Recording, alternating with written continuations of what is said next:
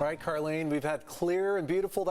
That's still going, but today we had, it was a little different than the last few days. That's right. You're picking up on the warmth out there. Yeah, definitely felt different. Didn't need a layer when I went outside for a walk. No, definitely didn't by the afternoon hours. When you're talking about 70s returning, it was really nice out there. So Carlo noticed it. A lot of us did. It was a little warmer, and we had daytime highs that were mainly in the 70s across the valleys. We still had those 60s closer towards the coast. We were in the mid to upper 60s right along the coast, and 75 degrees was the high today for Escondido. 78 degrees today for Valley Center, 75 as well for El Cajon, and 73 for Fallbrook.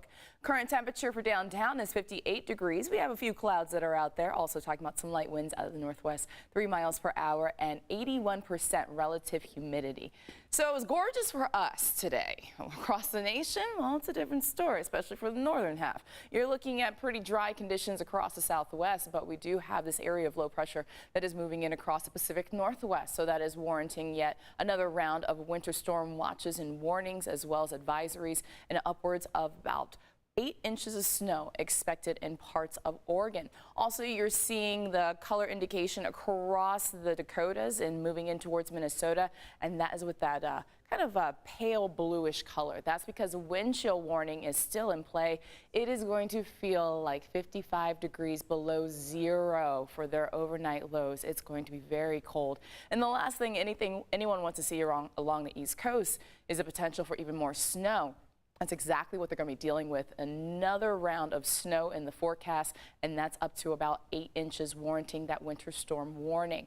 And they just had some record snow, especially along 95, where people were stranded in their cars. So they're going to be dealing with more snow. We're going to be dealing with high pressure, at least another round of it, and that's going to be for the second half of the weekend. We have a trough of low pressure. It's going to knock our temperatures down by tomorrow, and that's going to be the case through Saturday. Then you have this next high pressure system that moves in, and so that is going to bring a slight warm up in our temperatures as we hit the forecast going into next week.